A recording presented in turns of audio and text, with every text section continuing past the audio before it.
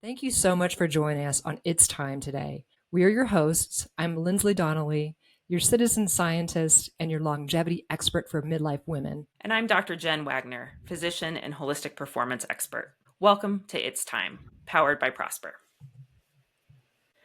Just a quick reminder, the information discussed in this podcast is for informational and educational purposes only. We are not offering medical advice, nor are we entering into any type of physician or clinician relationship with listeners. Always consult your healthcare provider before beginning any new fitness, nutrition, or lifestyle changes to ensure they're right for you. Your health and safety is our priority, and let's keep it that way. Hey everybody, welcome back to It's Time. We are so excited to have you with us today to talk about one of our favorite subjects, our bones. I mean, who knew? It was like such a sexy subject, but it is mission critical. It is. And we're learning more every day. We're learning more about what we can do. It's not all negative. I think, first of all, it's not all negative. There's so many positive things that we can do, but let's kind of dive in. We're not going to waste any time. Let's dive in and kind of go through, why is this happening? First of all, does everyone know what's happening? And then the science behind why this is happening, and then what we can do, because there's so many modifiable factors that we are in control of. And this is another arena, kind of like neuroplasticity, right? Where we had been told for a long time that your brain is sort of baked by 25, there's nothing you can do about it. But that's not true. We've uncovered that, and we've, loved the idea that you can keep rebuilding your brain. This was another arena where I had thought you just, it's a factor of life. Bones start eroding and there's nothing you can do about it. And I think the exciting thing is it turns out you can. So we're going to dive into that as the end point. Absolutely. Yep. And I think point one, if you stop listening after this, is that it's never too late or too early to start working on this. Yeah. So I think that if this is something that hasn't been on your radar or that you're not as familiar with, there is still time to make a positive impact. It's never too late to start some of the interventions that we're going to talk about. So there's never, you've missed the boat. That's awesome. Kind of phenomenon that's going on there. So, okay. Straightforward, but can you give us some of the key terms about what we're really talking about here? Yeah.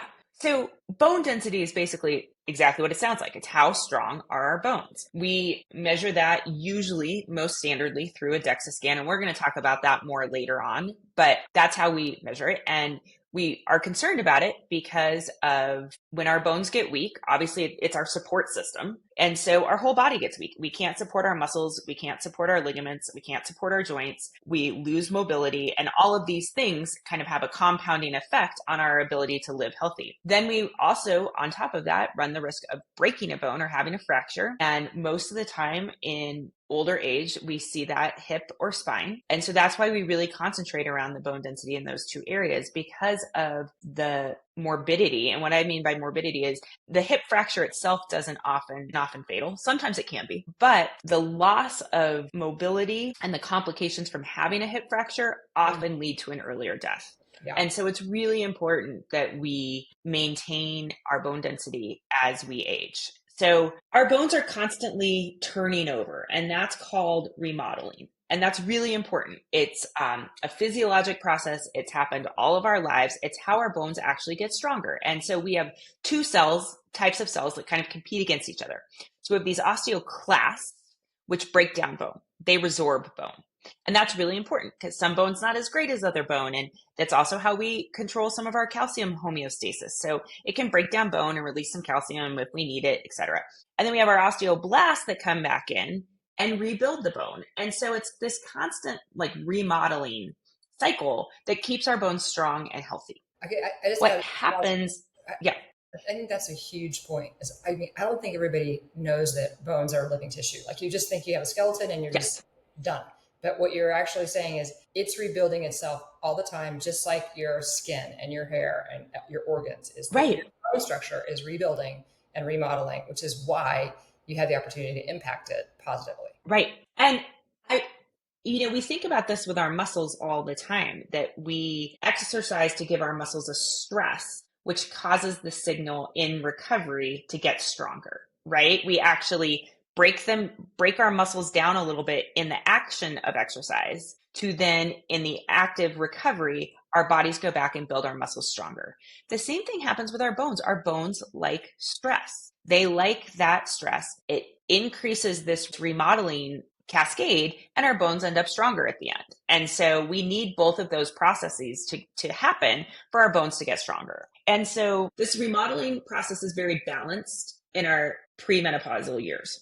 Okay. So, and estrogen is the major driver of our osteoblast activity. And so that's why after puberty, we really have this time frame where we can make our bones very strong. We have a lot more estrogen circulating around, and we have this really enhanced signal to create a lot of new bone. We're still growing, and our bones grow by this remodeling process. They take some of the old away to be able to lengthen and lay down new bone, et cetera. And so there's a constant balance. And then when we get in this perimenopausal period and into menopause, and we have these incredible either fluctuations and then eventual decline in estrogen, that's when those bone rebuilding cells, those osteoblasts, don't get that same stimulus to go to work. Mm-hmm. And so that resorption building ratio becomes unbalanced, and we end up resorbing more bone or breaking more bone down, then we end up laying new bone down. And that's where we start to get into problems with osteopenia and osteoporosis. Mm-hmm. And, we know how this happens. We know that in that perimenopausal to early menopause transition, we can lose 2% of our bone mass a year, which is incredible that at the end of that, we could be anywhere from 10 to 20% down of our entire bone density. So I think that's such a huge kind of call to action for people to sit with for a minute, to lose. Some of the science would say 20% of your bone mass in the 5 to 7 years after menopause. And knowing that the median age is 51. So before you've hit 60, 20% of your bone loss occurs. So that is, or you've lost 20% of your bone density. So that is staggering. A moment for intervention is huge right there. Mm-hmm. And after the fact, the opportunity still exists, but it's just one of those things that I don't think we really heard about until the last couple of years, about how pivotal that window can be. Yeah. And on the flip side, what a great opportunity that if we know this is happening, and just like so many things that we talk about in longevity, there is going to be a decline that we can't control, but there's a lot of things that we can control to minimize that decline or to reverse some of that. But we have to be pretty intentional about it. And again, it's going to affect all these pillars that we're talking about all the time. It's not in isolation to one intervention, but there's a lot of things we can do, which also is good news. Yeah. And I think, related to that, there's stuff we can do in our own lives, but then it becomes this huge opportunity for the younger women in our lives to help them understand this and build their own bank account, their foundation of bone density. Because before this decline hits, right, like until, is it 25 years old or 30?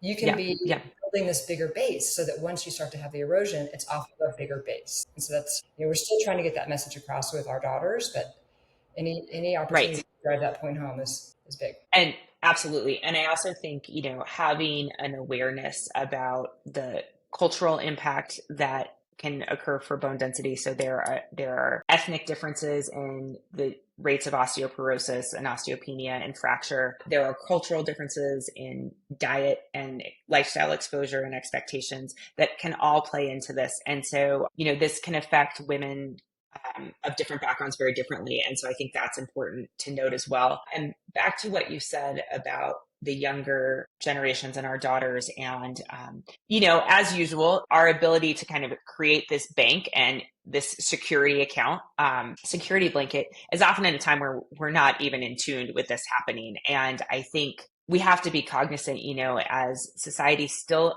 expects, especially younger women, to look a certain way, which usually relates to thinness and being small, that unfortunately we have not gotten to universally that strong is beautiful, and whatever that means by strong, and that there is still societal value placed on being really thin. But that is really our opportunity to build our bones in those kind of late teenage, early adult years. And it correlates with being strong. And we know that larger, healthy body habitus has a good impact on our bones. And so I think being cognizant of that is really important, and that it's good to be strong throughout your lifespan. It's good to be strong when you're 20. It's good to be strong when you're 50. It's good to be strong when you're 70. Yeah. Yes. Yeah. But I think, explicitly to your point, you have to eat food to build your bones. Like, you have to eat protein. You have to have those nutrients. Mm-hmm. And so, you talked about the things that erode your bone health, some of the estrogen and the hormonal effects. There's some supplements I think we're going to get to, but not moving, being in a sedentary life is a huge eroder, but also Yeah. a weak diet, like just not having the nutrients and having them at a scale that's large enough to impact your bone health. So I think that's an explicit point for all women is you have to eat food to have your body. Right. 100%. And, I think it goes back to these, as much whole food as we can that have great nutrient density, because unfortunately, some of our bone building products are difficult to absorb. So you talk about calcium, right? Calcium, you need certain types to be able to absorb it better, but calcium coming from food is great. And it's not just like I know so many people equate calcium with dairy and, oh, I can't eat dairy because of XYZ. Broccoli, great source of calcium. There's a lot and because some of these minerals, especially a mineral like calcium, needs other things to help it be absorbed. And so when we take it from a whole food source versus a supplement, our bodies absorb it and can utilize it much better because all of those components are there. Just making sure when you look at your diet and go through it, it's really easy. We have these great resources all around us to see like what whole foods are good sources of calcium and kind of design that into your lifestyle. And then if you need supplementation, you can add that in, but really trying to kind of use whole food sources, especially for calcium, I think is really important. Well, I think there are a couple other risk factors that you raised. We know that alcohol and smoking can erode the bone building capabilities Mm-hmm. and the bone, the Mm-hmm. cell structure there. But what are some other ones that Mm-hmm. maybe people aren't aware are risk factors to bone health? So I think a really interesting, well, one is a lot of medications. And so, we know the big ones like steroids can have really adverse effects on bone health. And so this goes back into, kind of tying back into even more childhood diseases and some really common things that we use a lot of steroids for. Think about asthma. A lot of people are on long-term inhaler therapy. Even inhaled steroids can start to affect our bones. And so just to make sure you're cognizant of that if, and those medications are absolutely needed, but just understanding, making sure that your thyroid's regulated, your thyroid and your parathyroid glands control your calcium homeostasis. And so they send signals to your bones and these osteoclasts and osteoblasts all the time because our biggest reservoir of calcium in our body is our skeletal system. And so if your body is if we are not giving our bodies the calcium it needs through our diet, it's going to take it from our bones. Okay. And this is how soda affects us. Soda leaches calcium from our bones. Oh yeah, yet another reason why soda is such a killer. I did not know that. And all of these things that we talk about, like whether it's your Diet Coke or your Chardonnay, they're things that are additive from your enjoyment factor. The message isn't like eradicate every single thing, but the message is know that and then work to balance it. Reduce it and add things exactly. Yeah. And then the other big player that we always hear about with bone density is vitamin D. And that's very important. So vitamin D and calcium are like two teammates and they need each other to work together to help with our bones. And so if your calcium levels are normal, but you're vitamin D deficient, your body cannot use that calcium as effectively and vice versa. And so it's pretty unusual that we're calcium deficient and have adequate levels of vitamin D. They usually go hand in hand, but it's important to know. And I would say that there's a big push for vitamin D supplementation in a lot of places. We know it's good for our cardiovascular health. It's good for a lot of organ systems in our bodies. Not everybody needs supplementation. So I think, when we talk about metrics and measuring vitamin D, so our bodies will work really hard to keep us in calcium, what I'm going to call homeostasis, right? Having too much calcium, it can be very bad for you. Having not enough calcium can be very bad for you. And so your body is very well regulated to keep yourself in calcium homeostasis. And so always taking extra calcium may not be the right thing to do if you have normal calcium with a healthy diet where you're getting it. Vitamin D, on the other hand, is probably a vitamin level that is really worth tracking and probably worth looking at least once a year. And depending on where you live, if you live in a place that's dark a lot of the year or cloudy, we get a lot of our vitamin D exposure naturally through sunlight. And so, and our bodies are very good at making it that way. But if you live where you don't go outside for 6 months of the year because of inclement weather, then, you can even have seasonality differences in your vitamin D levels. And so that's a pretty easy supplement to take. But it's good to know where you are because you also don't want again, too much of it isn't great either. So more is not always better, but you want to make sure you have enough that your body can do what it needs to do to build your bones. Yeah, I think you're raising a great point though. Like, so we know bone health is critical. We know we've gone through some of the risk factors. Why don't we go to a little bit of a conversation around how do you know where you are? Like, if you talk about biomarkers, because you're talking about, measuring vitamin D or measuring your Mhm. calcium, those are biomarker tests. And then there are tests that you mentioned earlier about how you actually see how your bone health is, the DEXA scan, et cetera. Could Yeah. we could Yeah. we define how to know your baseline with your bone health? And then we can jump into Yeah. how to lever it up. Absolutely. So I think, the gold standard for measuring bone density is a DEXA scan. So DEXA is a type of X-ray. It's lower dose than like a CT scan or some other forms of radiation. It can be done, your primary care physician can order it for you, and most of the time it's often covered by insurance. If not, there are several commercial Yes. DEXA scans available that range anywhere from like $80 to $100. So they're Yeah, they're pretty not reasonable. expensive. And to be honest, it's often less expensive to use some of these commercial entities than it is even your insurance copay at Yeah. the hospital. The And difference is, I use that though, oh, go just ahead. like from a usability perspective. Like I use the DEXA scan. And the reason instead of having to go to the hospital is I can just schedule the appointment and go. So I can go every quarter if I want to, or every 6 months and track change. Because when we start to get into some of these levers, you want to be able to track change. Yeah. So, like any metric, I think one of the really important things is making sure the person that's guiding you through your results is knowledgeable. And Mhm. so there is a little bit difference. There is a difference in a medical DEXA. So the scores are going to come out the scores, but what those scores mean, you want to just make sure the person that's interpreting those results is giving you accurate information. You can always take your outside DEXA into your physician as well to say, Yes. and sometimes those outside DEXA companies have very, very well educated people, but just kind of know who's going over your information with you, Yes. given these like the large commercialization of this area. So that's just a little bit.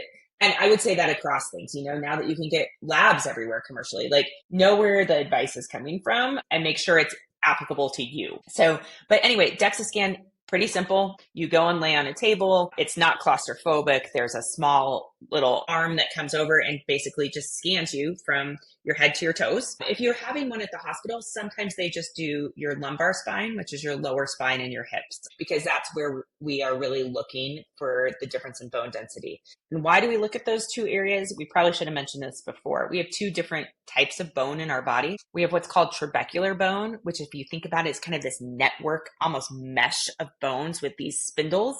And we find that at the ends of our long bones. So we find that in our femoral head, which is in our femoral neck, which is often where we have a hip fracture, right? Our hip fractures aren't usually in our pelvis. It's usually where that top part of the femur is coming into the pelvis can break. And that's what we call a hip fracture. And so that's trabecular bone. We see that in our vertebrae as well. Our vertebrae are made of trabecular bone. And what happens when we lose estrogen is those trabeculi, those spindles start to thin. And sometimes they're even completely resorbed, leaving these empty pockets. So instead of this like tight spindle architecture that we've had, there's now these spaces in there. And so the bone's not as strong. And then we have cortical bone, and that's the common bone that we think about. Like when someone talks about your bones, it's that strong outer casing of our bones. We think of our humerus, our big arm bone, our femur, our big leg bone. Those are those big, strong, white calcium that we see. And so when we have osteoporosis or our bones start to thin, we lose it from the inside out. So, our bones are kind of hollow tubes. They're hollow in the middle. That's where our bone marrow sits, which is a different part of bone. And then there's some trabecular bone in the middle as well.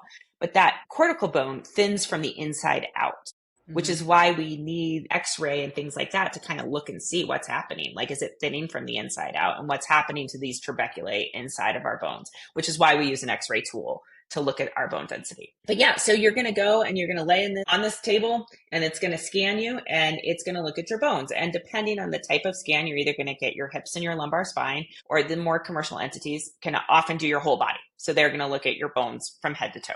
And then they're going to give you two scores. And this is how we determine things. You get a T score and a Z score. And we determine if someone has osteopenia, which means weakened bones, to osteoporosis, which means our bones osteopenia is kind of the mid-step. It's like we're on our way to osteoporosis, but we're not quite there yet. And those diagnoses are made based on your scores. So a T-score compares your bone to a healthy younger person's bone. So it's not an age match control. It's looking at what is your bone density compared to a young, healthy person. Now, what's really important is the set of norms is based on Caucasian women. So if you don't fit, if that is not your ethnic profile, sometimes those scores are a little harder to interpret. We know that Black and brown women often have more increased bone density, and Asian women often have decreased bone density compared to the population the norms were calculated on. So just be aware of that.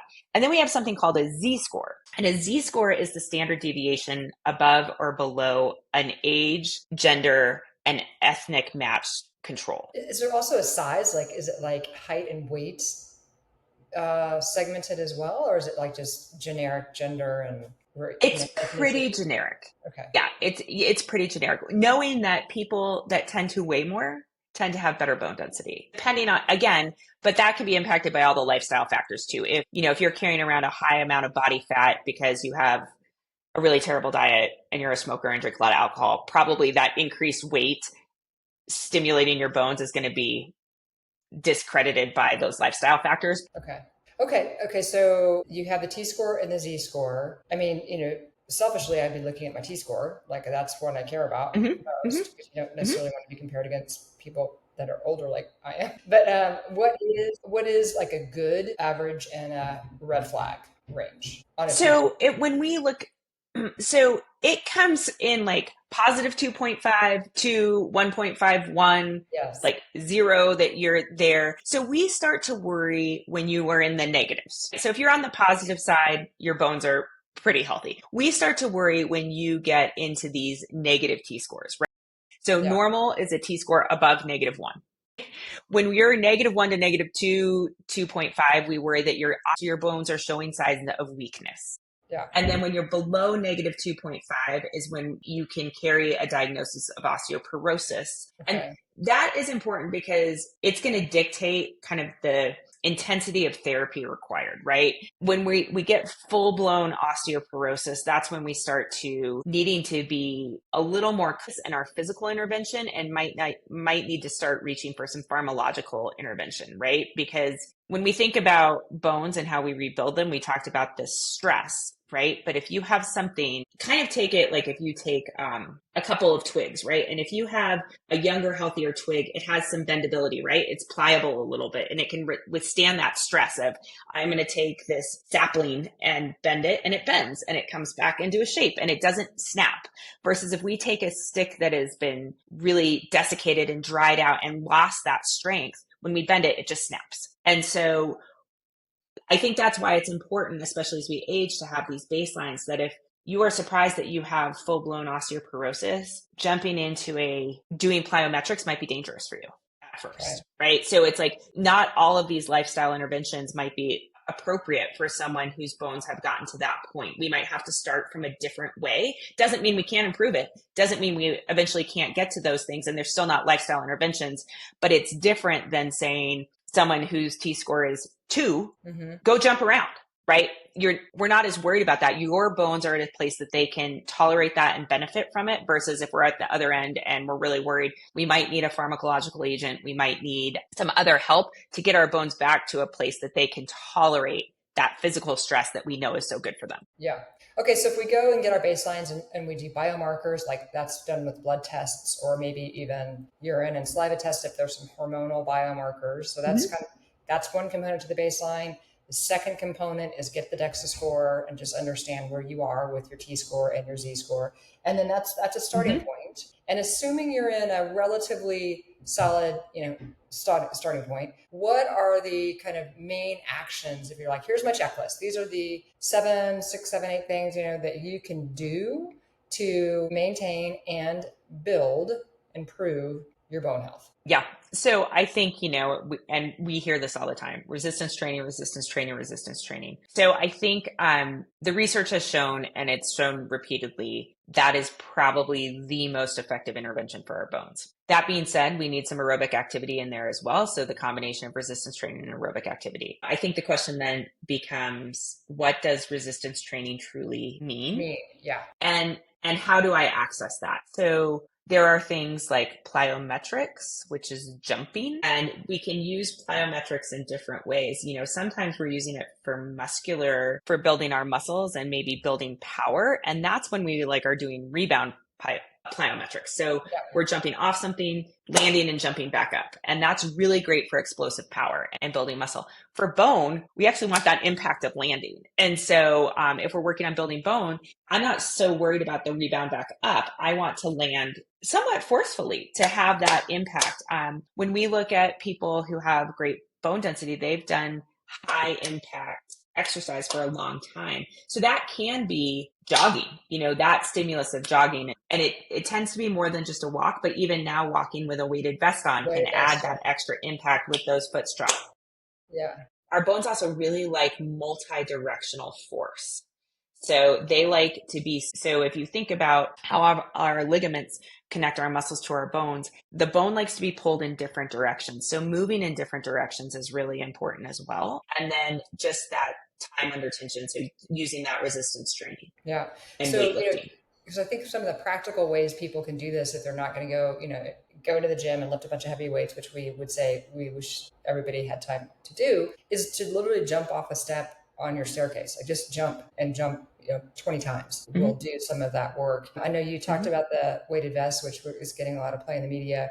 And that's absolutely something we have experimented with. And so I have done the weighted vest and all the weighted tanks and pants and the whole thing, and seen some improvement in my T-scores. So every little bit can help. And so if you don't love jogging, but you love dancing, or you love just making yourself jump off the stairs 20 times, whatever is your way to implement resistance training and stress on the bones, it has a positive effect. And, and we talk about, there are different modalities to get there. We talk about lifting heavy stuff, and I think that is probably the gold standard. But like you said, some people, that's not available to everyone. And so, whether there's been an injury, whether it's access to equipment, all of those things. So even if we can't always lift heavy stuff, there are ways to get there, just like what you said. There are ways to combine some of these techniques. I think the important is to couple things. If you're just starting this, work with someone that knows what they're doing. So have a trainer, especially a trainer that understands, which can be hard to find. Yeah. A coach of some sort that understands kind of midlife women. And I think having that DEXA scan as a baseline is really important. And a lot of people are like, I don't want to know, because I don't want to know that there's a problem. But you also don't want to enter into an exercise program or a lifestyle modification that might actually cause harm instead of good. And so having that baseline, knowing what you can tolerate, and then knowing if you're improving. Right? Because I think just like anything, you're going to have to continue to challenge yourself as you go through these. So, if you're starting with a 5-pound weight vest, 6 months later, you might need a 10-pound weight vest. And you might, working up to what we know is when we're carrying about 20% of our body weight in a weight vest, we're really, really changing that stimulus to our bones. Yeah. So we got number one, weight bearing, strength training, high impact stuff. What would be the number two thing to do?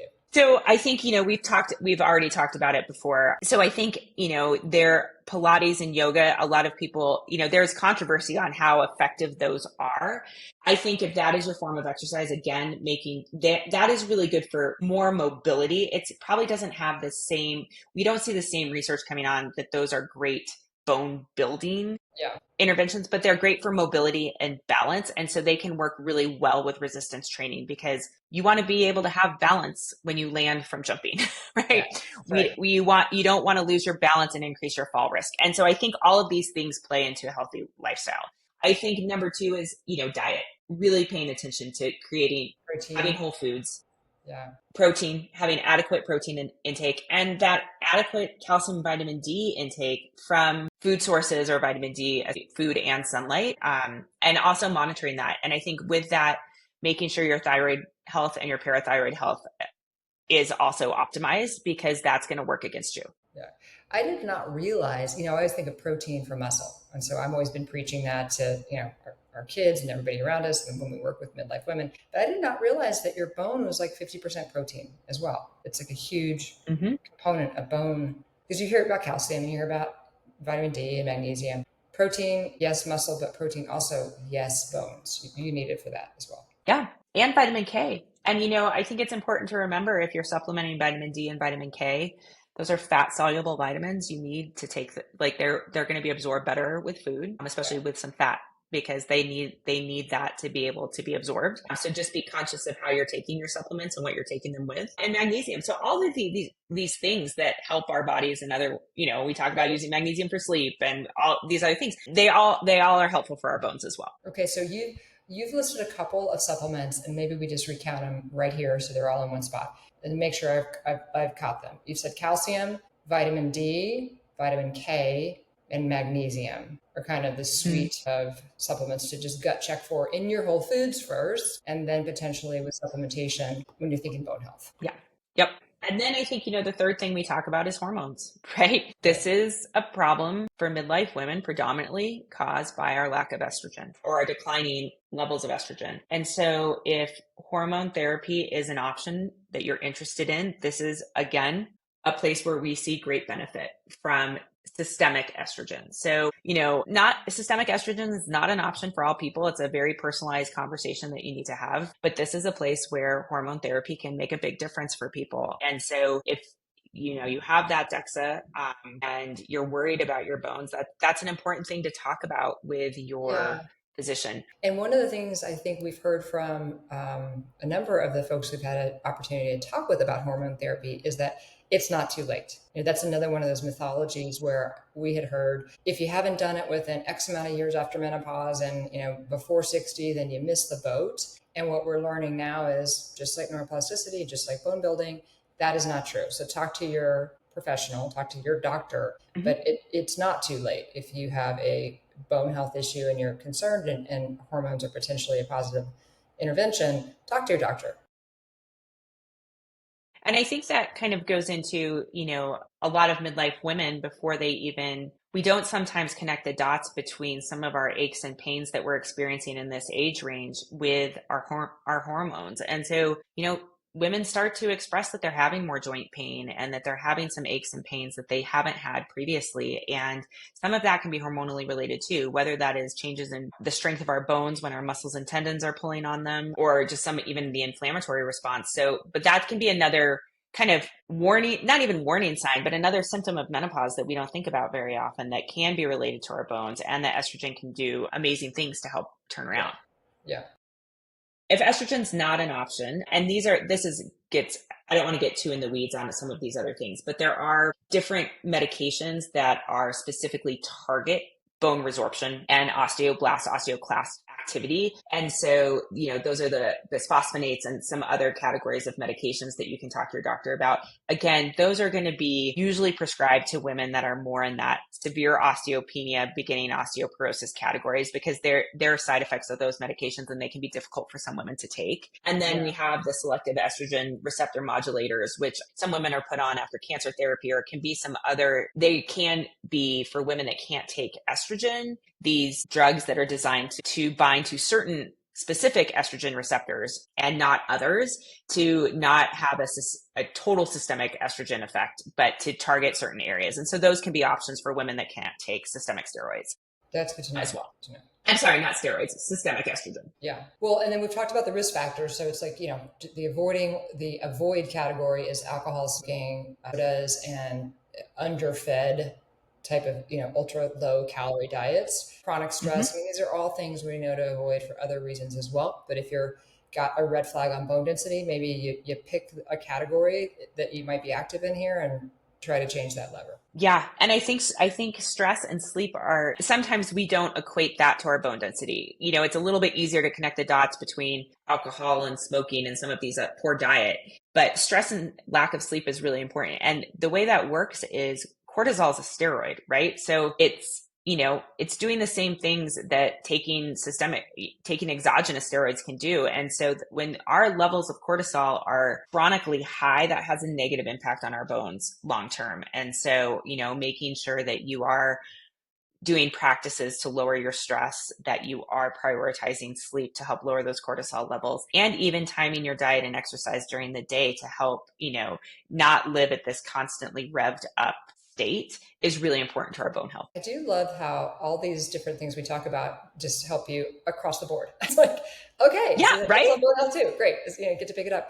Can I go back to the supplements for just a second? Because you know how prescriptive I am. I'm like, okay, so if I'm going to take calcium and vitamin D and vitamin K, how much am I trying to take? I know we're not trying to be a medical recommendation engine for people right now, but the conversation with their practitioner might be around, if I'm adding these supplements, how much am I trying to take? And is there sort of a range that they should talk about taking calcium or vitamin D or I think vitamin so. K?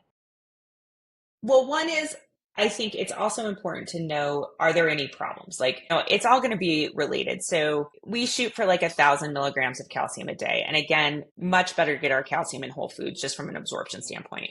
Vitamin D, anywhere from 600 to 1,000. Vitamin D is done in international units per day. IU is what you'll see. And we can get some of that from the sun. I think it's being out in the sun without sunscreen on. And I'm not advocating for that because sunscreen has a lot of benefits, but really sunscreen will block some of our ability to make vitamin D. So if you have, 10 minutes of sun exposure without sunscreen on and then go back in and put your sunscreen on, you're going to increase your vitamin D production intrinsically. And then protein, like you said, and the protein goals are the same. We're talking 0.8 to 1 gram per body weight, which is going to help us across the board. So those would be the things I would look at. Again, I think, when we talk about calcium, obviously things, but this goes hand in hand, right? So you eat a Greek yogurt and it has your protein and your calcium in it, and that's great. You've killed 2 birds with 1 stone. Right. Same thing with things like kale. It doesn't have as much protein in it, but like great source of calcium. Spinach, broccoli, all of those green veggies that we sometimes don't equate to having calcium in it are great sources of calcium as well. Okay. So if we were just kind of summarize, it's like, yes, we know bone density, bone health is important because we want to be strong and we don't want to be able to not participate in life when we're living those extra decades. We also know that there's comorbidity evidence around breaking and fracturing things as we get older in life. And we know that we lose 20% of our bone density in the first 5 to 7 years after menopause. So it matters. The good news is we can change it. We can change the levers. We can change the health with implementing these intervention levers. And so we would say, go get a baseline, understand where you are. I didn't start doing DEXA scans until I was post-menopause, and you and I went together at one time, and you were perimenopause, and it was like you were at 2 and I was at like 0.1. So I had already lost a lot of that. So my baseline became menopause. So get a DEXA scan so you know your foundational baseline, get your biomarkers tested so you know what your mineral levels are and your hormone levels are, and then start to evaluate interventions that are in your control of lifestyle interventions, which is lift heavy, resistance training, implementing that, nutrient-rich nourishment and nutrition programming at a level that is great enough to be able to feed your body, the right calorie load, and then explore other interventions like hormone therapy, supplementation, potentially pharma therapy with your practitioner. Is that Absolutely. right? And I think going back to the exercise piece is, high impact activity is really what we're talking about. And so that's the balance between resistance training or high impact cardio activity, jumping, burpees, plyometrics, all of those things. If that's not available, if you're a swimmer, for example, I think this is where we see it. Swimming is a great aerobic exercise, great total body exercise, not a great for impact. And so if swimming is your main form of cardio, making sure you're doing some resistance training in the gym to supplement that, because swimming is great cardio, but it's not going to give the stress to your bones that they need for that remodeling versus, someone that's jumping around or, dancing a lot or doing all of these kind of multi-directional higher impact activities maybe doesn't need as much resistance training. So just figuring out that balance a little bit for yourself based on the activities that you like to do. Yeah. And as you said that, it reminded me, a lot of people have injuries they're recovering from, right? Like they can't jog anymore or they can't dance anymore because they were so active in a prior period. And so this alternative, access to either weightlifting or BFR. BFR is another tool, blood flow restriction. Great tool. We did, episodes on that as well, which is, it's another way to try to get that same sort of bone stimuli without the a reoccurring injury in my hip or my knee. Correct. Yeah. So again, I think that's another great reason to also have some baseline scans. So where you're starting, and you also know if there are bones that are weaker and maybe need some more attention and can target your training a little bit. Yeah. Awesome.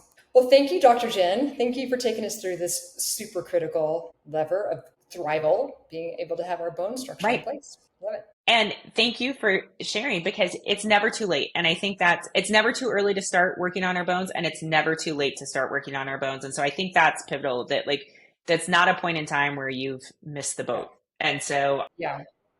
we just And have I to learn think, to prioritize it. yeah, I think I said this, but if I didn't, I want to be explicit on it. I have improved my bone health. With these things we've been talking about, on my DEXA scan, it has gotten better on the last two DEXA scans, and I'll keep measuring it. But I find that so Mhm. encouraging. I mean, it's a Mhm. slow go, but you can move the needle. And I would say that, we did this, like you mentioned, we got our DEXA scans and we were kind of in different phases of Mhm. this menopause transition. And my bone density was really good, but it was more motivating to me to say, okay, this is my starting point, and why I still have endogenous estrogen, or even if I'm starting to supplement because things are starting to change, this is a really great opportunity for me to look at what I'm doing Yep. and put bone kind of front and center, and really maximize filling that bank account up, why it's easier to, because you always can, but while it's easier to, and I have the natural tools in place. And so it was really interesting to walk out of that experience, and we both kind of, from different angles, said, okay, this is what we're going to go do now. And to see great results. I just had mine done again, and the team that interpreted mine this time was like, oh my God, you got the densest bones we've seen. And I was like, well, it's intentional. Like, I work really hard to Yes. do that. Yeah, working on it.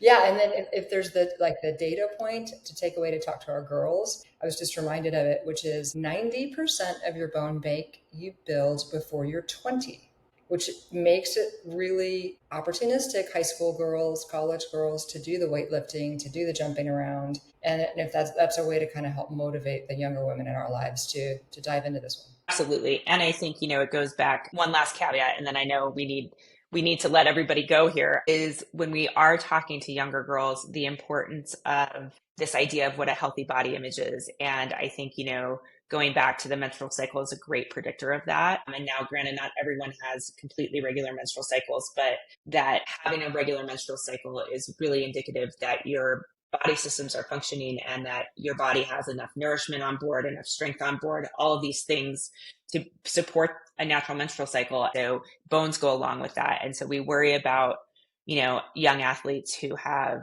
disruption in their menstrual cycles, or young women that have disruptions in their menstrual cycles. If they're overtraining, even if they are weightlifting and doing those things, it can be counterproductive if there's not the food and the strength around to support those activities. So I think that can be a good measure of where you are in the spectrum, because there are things that if you overtrain consistently as a young athlete, you can impact your bone density negatively, even if you're doing some of the training that we've talked about. Just to be, to have that caution. And there's a lot of great research coming out about this now, and we're learning more and more about this every day, about how to take care of our younger female athletes. But just, I think that's a great point. Like, you have this great opportunity to build. We need to be talking about it, and we need to be talking about it in a holistic fashion: training, supporting training, and recovering. Yeah, awesome. All right, well, thank you. Thanks, everybody. We'll see you soon. Thank you so much for spending your time with us here today. If you liked what you heard and you got some tips on how to live better right now and for the long haul, please help us reach more midlife women. Please share and rate and like this show, and we can't wait to continue the dialogue with you on our next episode. Until then, thank you. It's time.